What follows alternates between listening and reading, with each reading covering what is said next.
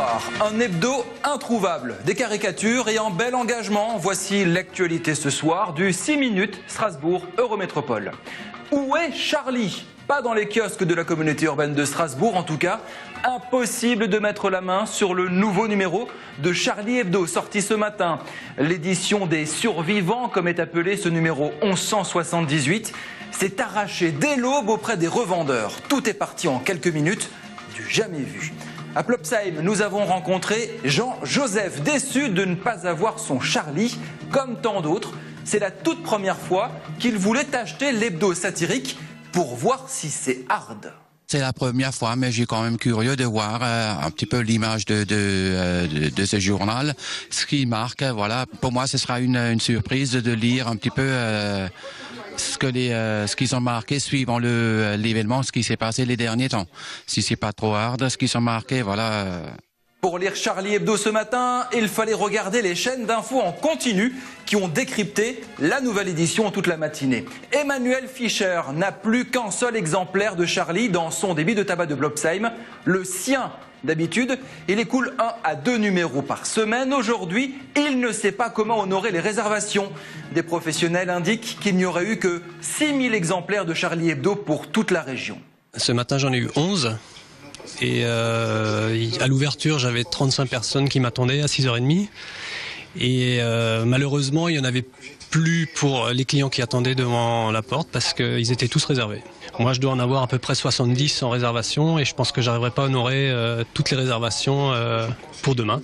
Donc on espère avoir des livraisons tous les jours. De mémoire, il y a eu la Coupe du Monde 1998 où effectivement on a eu beaucoup de presse et à midi il n'y avait plus de journaux. Mais à ce point-là, quand même pas. Hein. Je veux dire, les gens ne faisaient pas la queue le matin à 6h30 pour avoir un exemplaire de l'équipe. Au bureau de tabac des Chaux, la même histoire. Du monde avant l'ouverture à 7h du matin. Des exemplaires envolés et Jessica qui ne veut même plus prendre de réservation tellement la demande est forte. En tout, 5 millions d'exemplaires de Charlie Hebdo seront imprimés et distribués cette semaine. En fait, on a reçu une dizaine d'exemplaires et en fait, tout est parti ce matin. Il y avait une dizaine de personnes qui étaient là. Je fais plus de réservations. On n'arrive pas à gérer autant de... Enfin, il y a 80 demandes. C'est pas évident de gérer tout ça, en fait. Certains de ces dessins auraient pu être publiés dans le nouveau Charlie Hebdo, comme ce trou de balle bouché par un crayon, ou cette jeune fille qui essuie Charlie. Les élèves de la Haute École des Arts du Rhin, les Arts Déco de Strasbourg, se sont lâchés peu de temps après les attentats. Choqués, beaucoup ont voulu coucher sur le papier leurs émotions, comme Romain et ses slogans. Vous aurez remarqué cette référence à un film de James Bond. C'est un peu absurde, comme une sorte de déni, de dire je refuse que ça soit passé. Du coup, j'essaye de comprendre ça par l'humour et par une récupération d'un film de James Bond. Des dizaines de dessins et caricatures ont été réalisés par les étudiants en communication graphique. Certaines créations sont transformées en autocollants ou affiches, à comprendre comme des actes citoyens pour défendre la liberté d'expression. On doit avouer qu'on est assez perdu au début sur quoi dessiner, quoi réagir, qu'est-ce qu'on a envie de transmettre aux gens, qu'est-ce qu'il faut transmettre aux gens.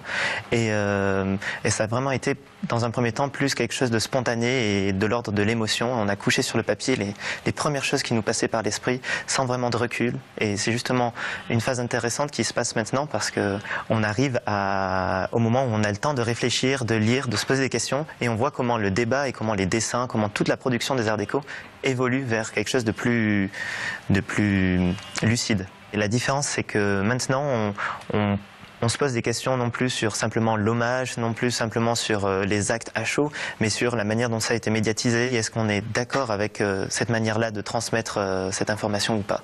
On n'est pas dans le cliché de ce que vous appelez artiste, et encore, ça c'est un cliché... un artiste qui serait dégagé de toute responsabilité politique, ça existe, mais c'est quand même une minorité et c'est plutôt un cliché un peu romantique qu'il faut savoir réviser. On est dans une sorte d'engagement plus ou moins personnel, plus ou moins dans l'époque, mais c'est des prises de parole. On prend la parole. Silvio Philippe est l'un des premiers, si ce n'est le premier Strasbourgeois à avoir appelé au rassemblement après l'attaque de Charlie Hebdo. C'était mercredi dernier, le soir même, mobilisé par les réseaux sociaux, plusieurs milliers de personnes se recueillaient place Kléber. Dimanche dernier, ils étaient 45 000. Silvio a 19 ans, il est étudiant en Sciences Po. Cette semaine de mobilisation a coïncidé avec ses partiels qu'il a un peu délaissés.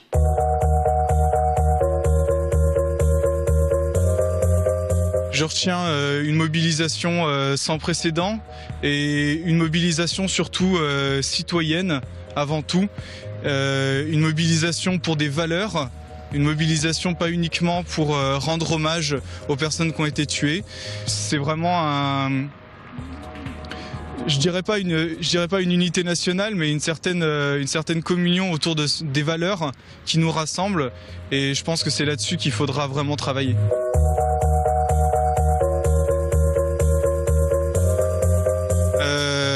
C'est violent. Moi, vraiment, je l'ai ressenti comme une violence. Et je pense qu'il y a une certaine part de provocation par des gens qui ne comprennent pas forcément la gravité de ce qui s'est passé ou tout simplement ne partagent pas les mêmes valeurs que nous. Malgré cette violence de ces propos, il ne faut pas que nous aussi on tombe dans la violence, mais au contraire qu'on s'élève, qu'on se mette plus haut et qu'on refuse la haine, qu'on refuse les amalgames. Pour moi, c'est vraiment l'une des solutions si on veut continuer.